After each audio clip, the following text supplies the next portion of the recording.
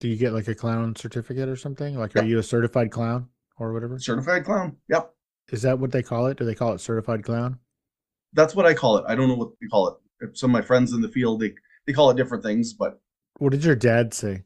oh my goodness. Oh, it's like he was furious because he was about the image. He's about the, like I said, government. So he's like, no, I don't know about this.